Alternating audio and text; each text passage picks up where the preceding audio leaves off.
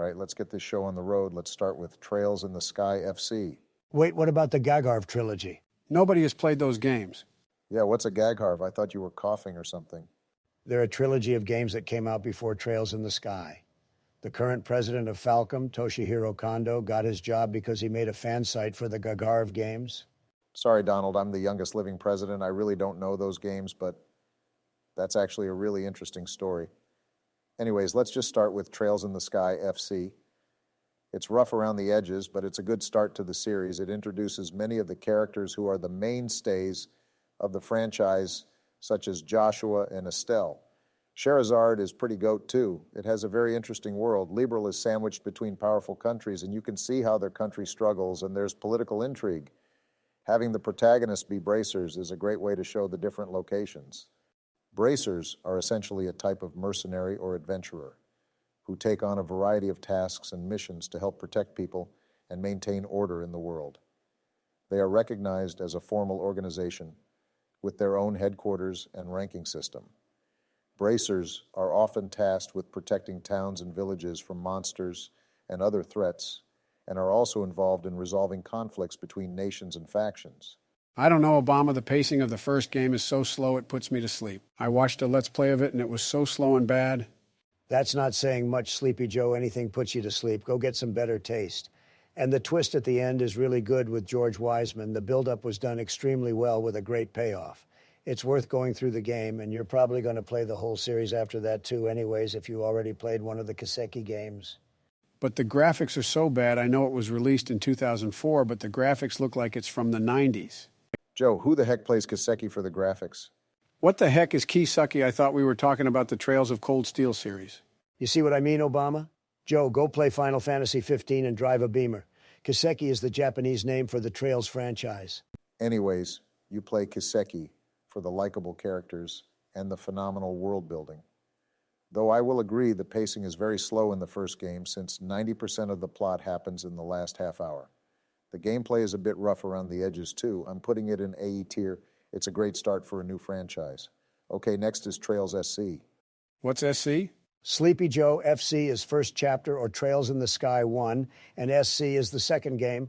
Trails SC has a lot of improvements over the original. It actually has a story throughout it. Unlike FC, it shows much more of the world than before, as well as many new characters.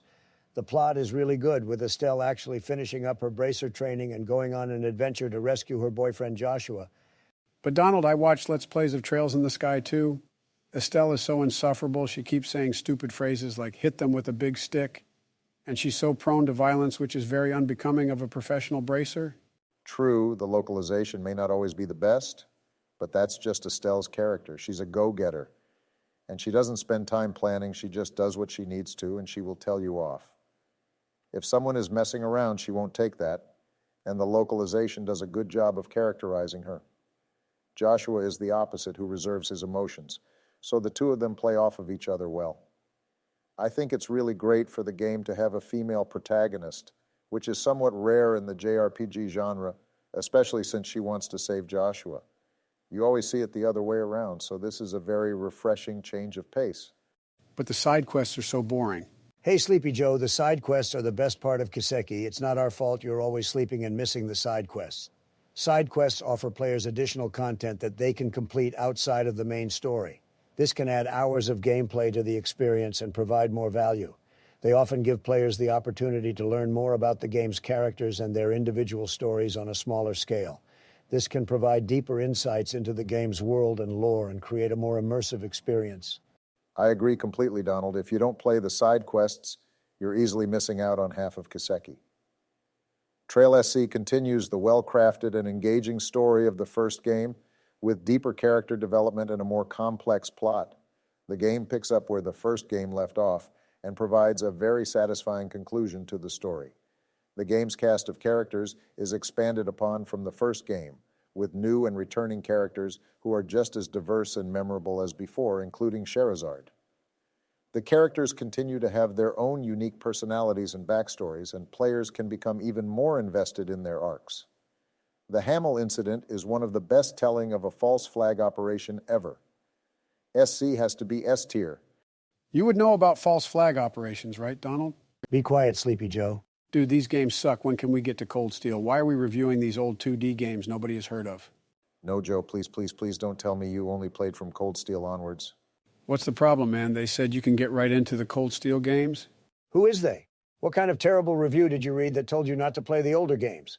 I'm praying to God you didn't play Cold Steel 3 or 4 without playing the previous games. Yeah, I went right into Cold Steel 1, so what? I really don't know what to do with you. I mean, yeah, you can play Cold Steel 1 and 2 without playing the older games, though. You'll miss many small but interesting references, but from Cold Steel 3, all of the plot lines and characters come together. The Kiseki games have a shared universe, and many of the games are extremely interconnected. The various games in the series introduce characters, plot lines, and events that are relevant to the overall narrative of the franchise.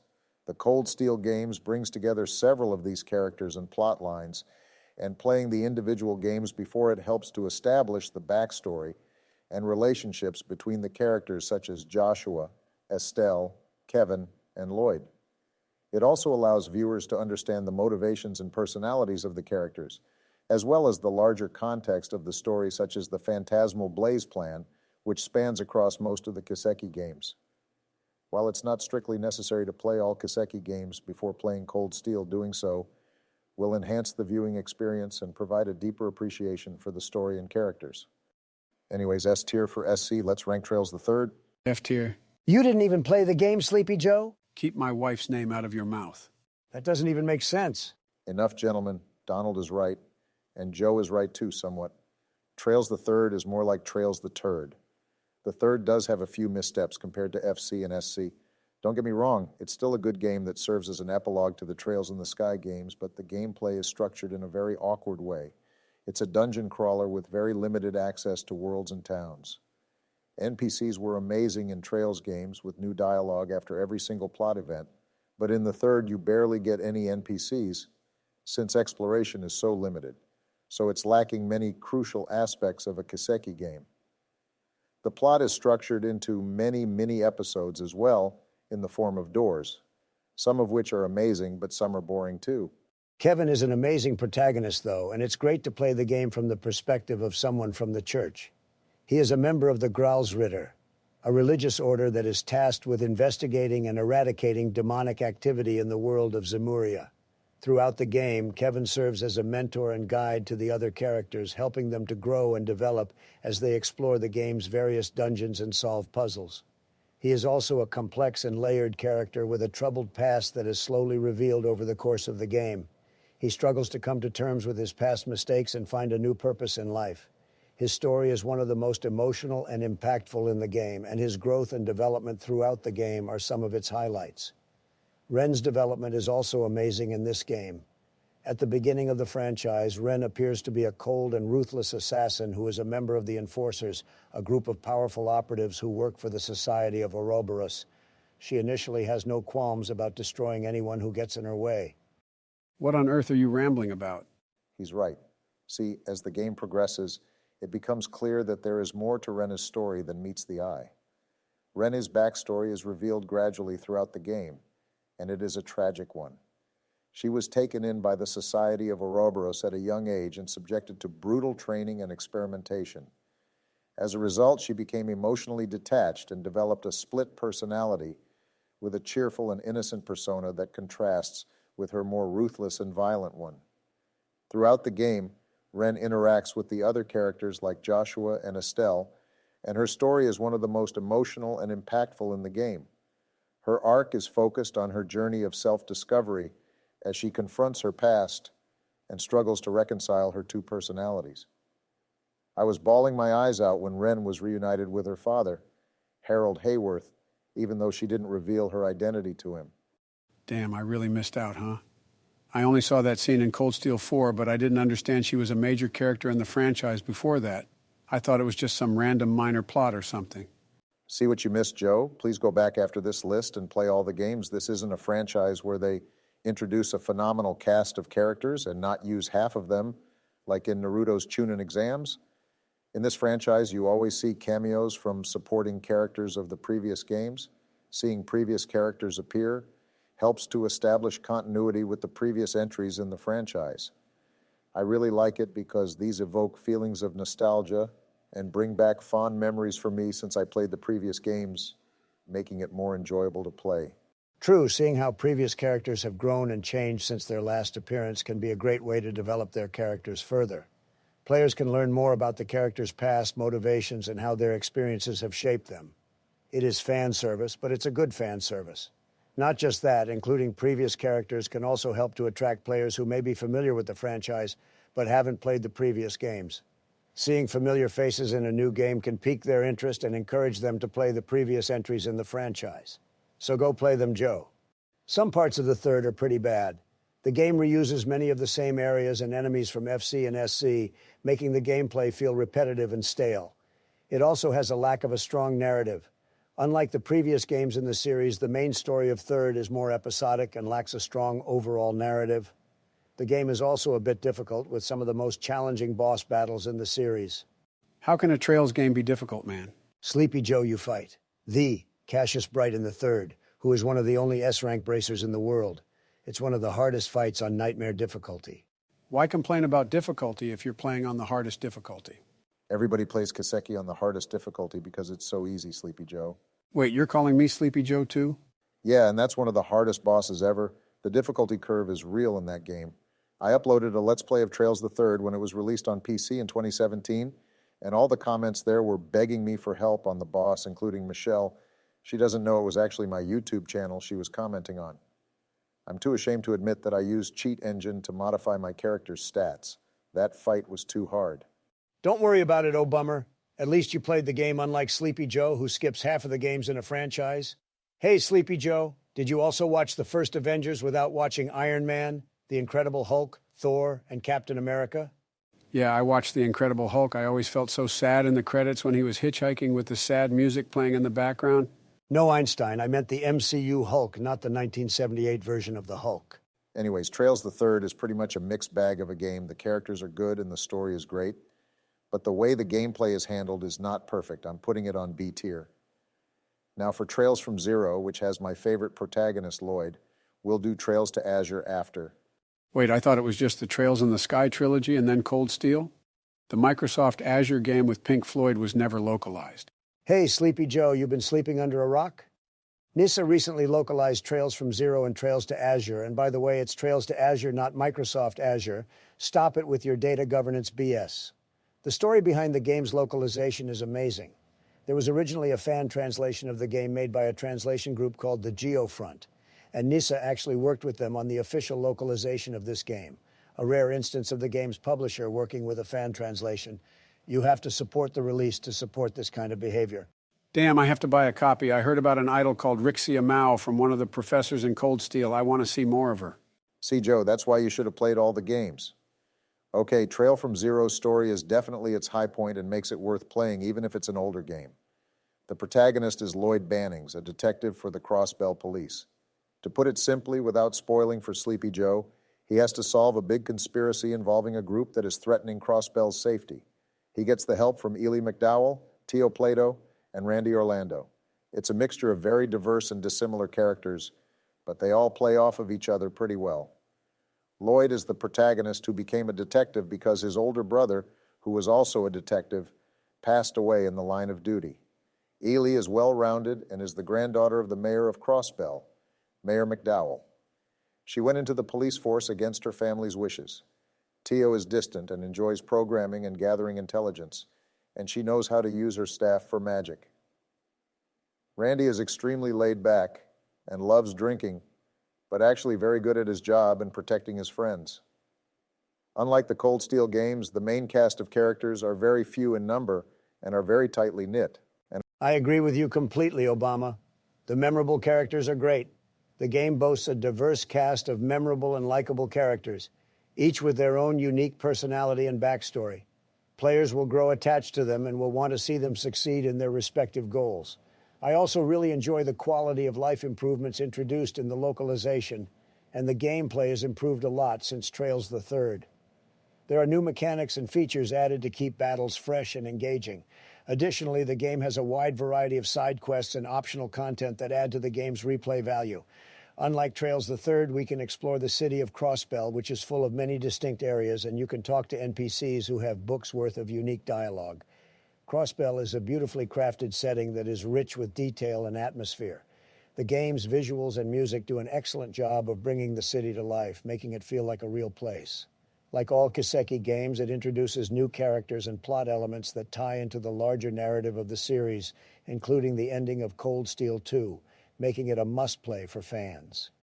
What about Rixia Mao? Yeah, Rishia is in it, and she's a really nuanced character. She works in a performance troupe, but is actually a spy, and Rishia is a skilled martial artist, specializing in the use of twin swords. She is also a proficient user of a unique form of magic called shadow weaving, which allows her to manipulate shadows to create illusions. Rixia's character arc is focused on her struggle to come to terms with her past and to find her place in the world. She is a complex and nuanced character with a depth of personality that makes her stand out among the game's cast.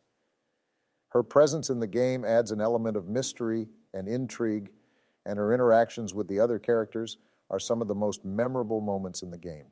The only criticisms I can think of is that Trails from Zero does start off slow, and it does have many plot threads that don't get resolved until the sequel.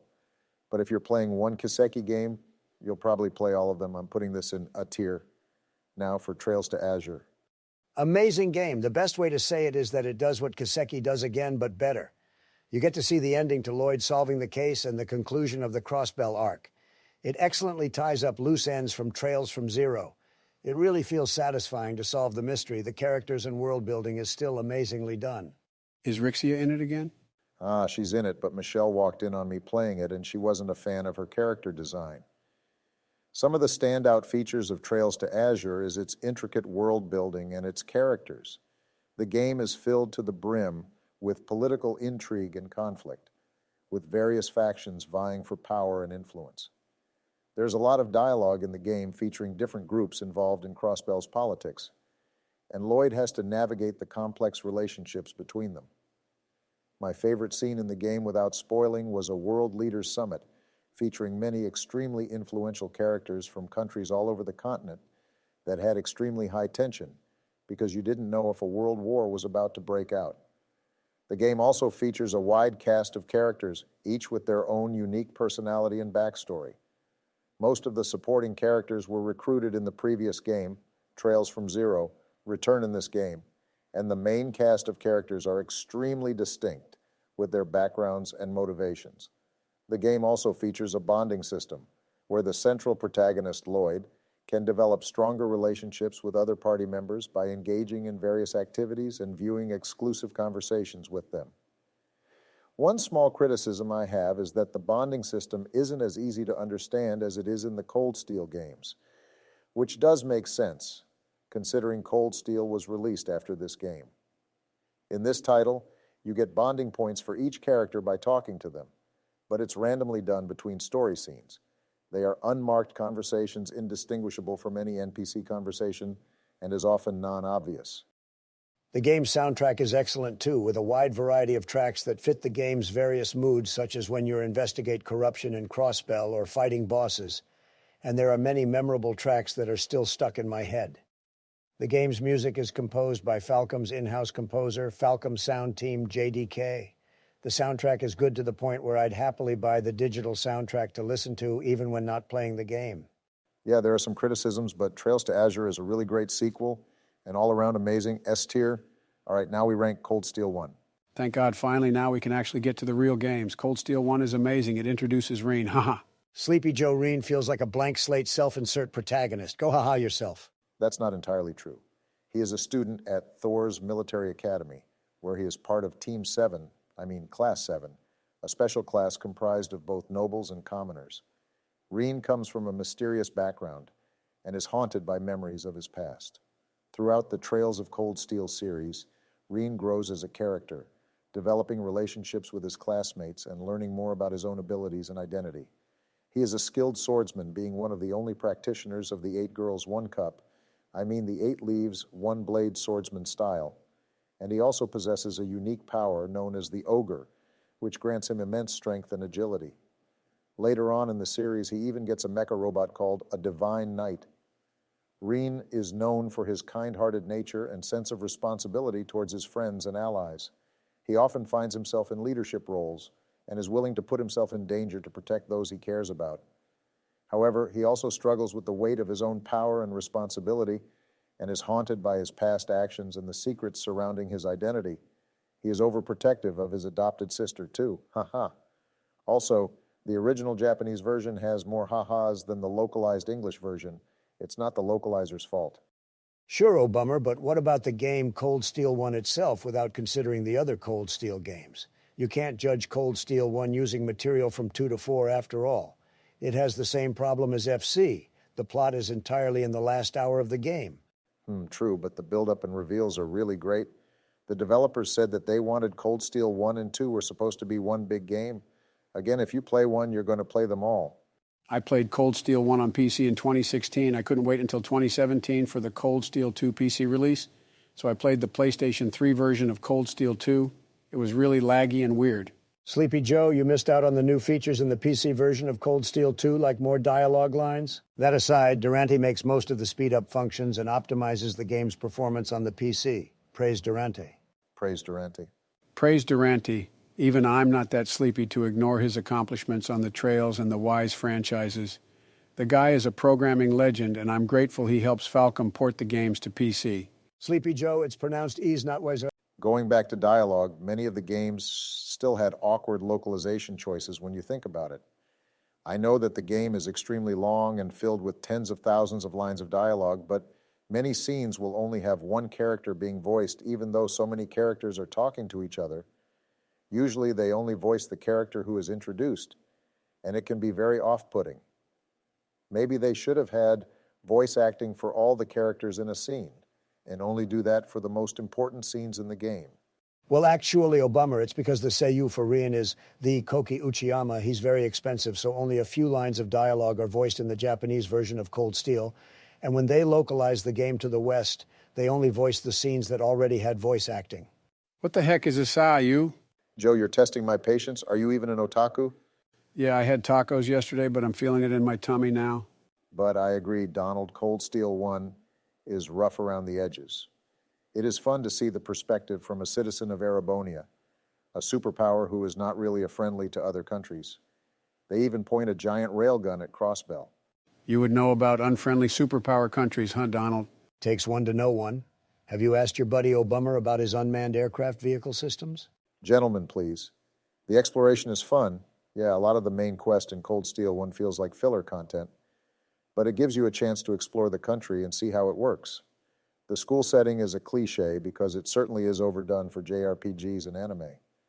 It's not the best in the new arc of the games. It was originally on the Vita, whereas Trails the Third was on the PSP, and you can see the quality of life improvements and how they improved the combat system substantially. The remasters only improve the content more, and yeah, the Vita and PS3 versions of Cold Steel 1 and 2 are pretty dated, but nobody plays those anymore. The free time bonding system is really fun too. You can learn about other Class 7 characters in a lot more detail, and you don't need to worry about dialogue choices. You just see whoever you want to see. Talk about the giant robots, man. That's why this needs to be ranked high. You can't talk about the Divine Knight, Sleepy Joe. It's only in the final battle of the game.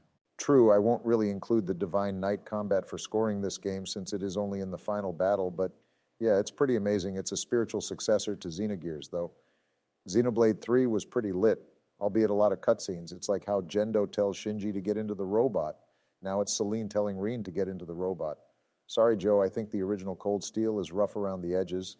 It did make many changes to the old Kiseki franchise that are now mainstays, but yeah, it's not a perfect game.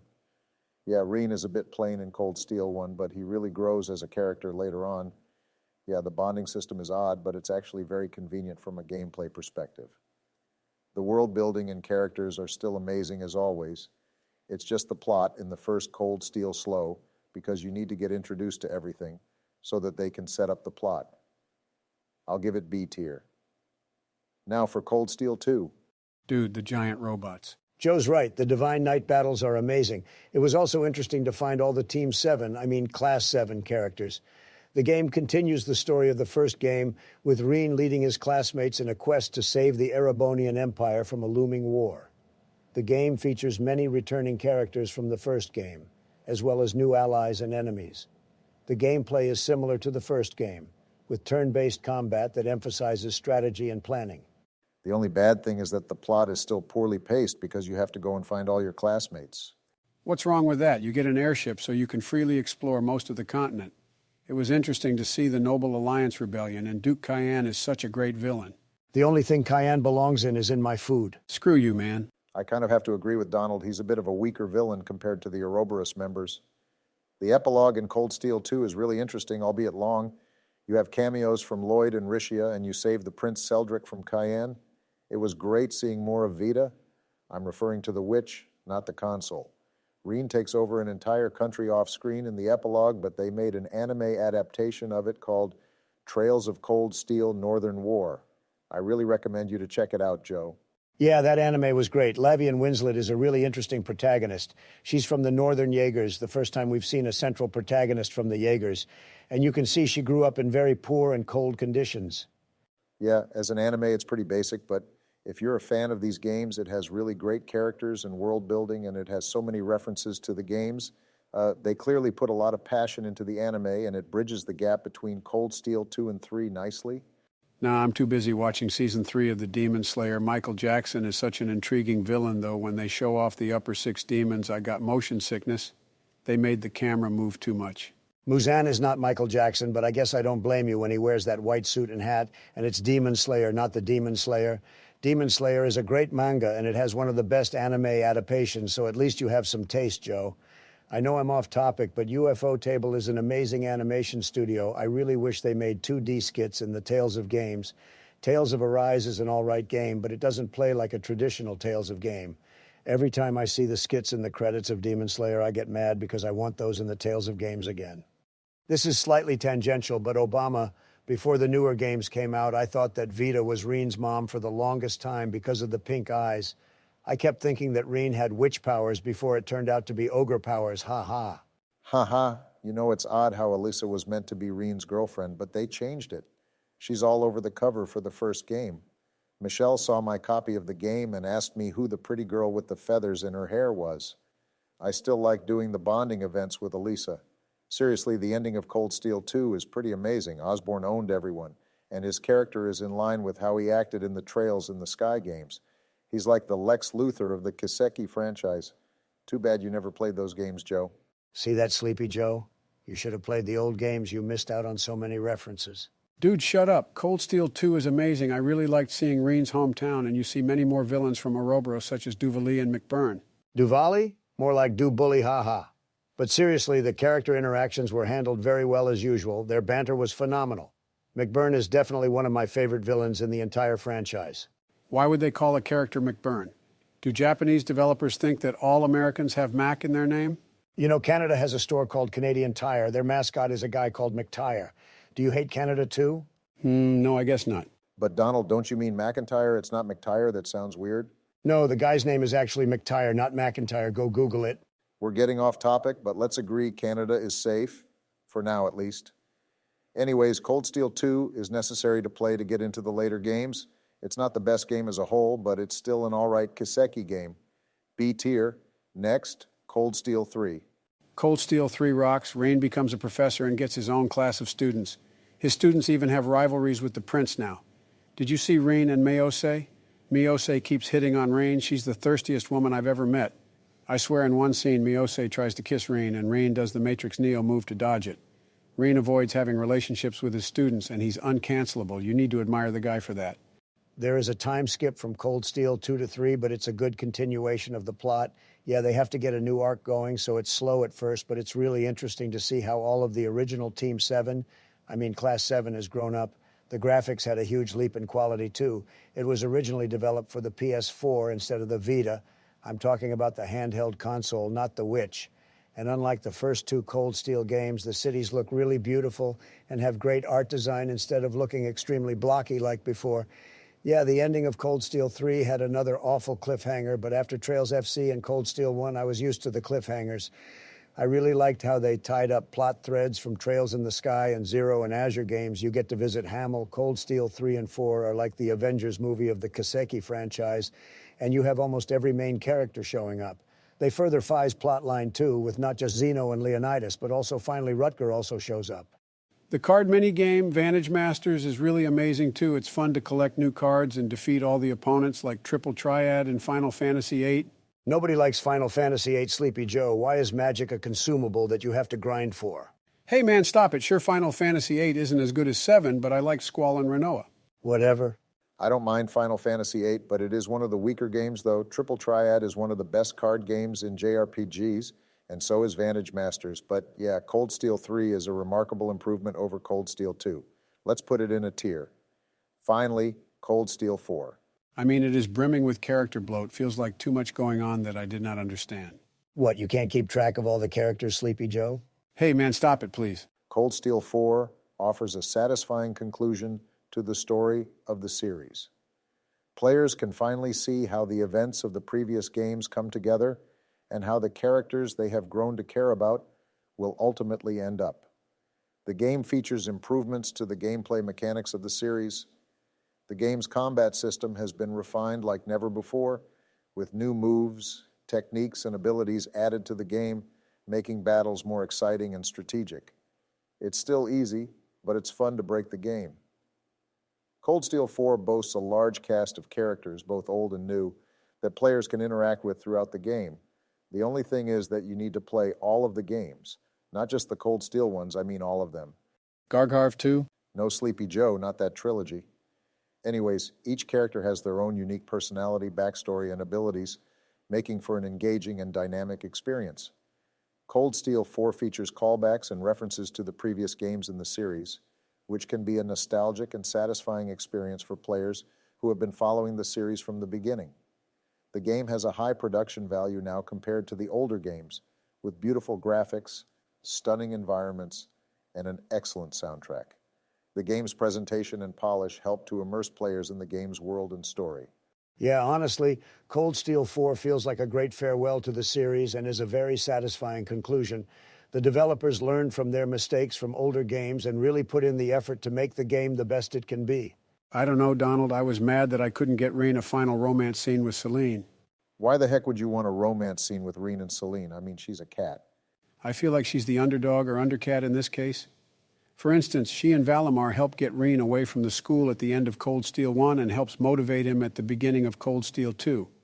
Not just that, but when Reen goes all ogre mode in the beginning of Cold Steel 4, Celine helps Reen slowly regain his senses. Not just that, they purposely gave her a humanoid body in Cold Steel 4 as well. Why else would they give her a humanoid body? And you know what they say after all, a cat is fine too. Please, Sleepy Joe, stop it with the decades-old memes. But I can't lie. Celine is off limits. You can't have Reen have a relationship with her. You're so atrocious. Even Melania, my wife, not the Elden Ring boss, said that you're a sick and weird man, Joe, for even suggesting such things. Agreed. Have you seen Bay Gaming's compilation of all the romance scenes in Cold Steel 4? It's really amazing watching Reen hook up with them, including Elise. That's my favorite romance scene. A link to the video is in the description below. What the heck? You say that Celine is not fine, but Reen dating Elise is fine? Reen is adopted Sleepy Joe, so Reen and Elise aren't blood-related and are allowed to date. Did you sleep through the entire game? Hey, did any of you guys feel let down by Arianrod's backstory? Yeah, that was weird. She has a crush on Dreichels, then she never has the guts to ask him out, but not just that she's immortal, so she watches Dreichels get reincarnated into Reen's dad and still doesn't have the guts to ask him out. And she instead imagines Reen as her own son instead. Yeah, that was pretty weird. I was expecting her backstory to be a bit more epic. I had to ask Michelle like 10 times for her to be my wife, but it worked out in the end. But still, ignoring that Cold Steel 4 had the most epic battles ever, like the rivalries and the divine night boss fights. S tier it is then, now onto Trails into Reverie, or Hajimari as it was called in Japanese.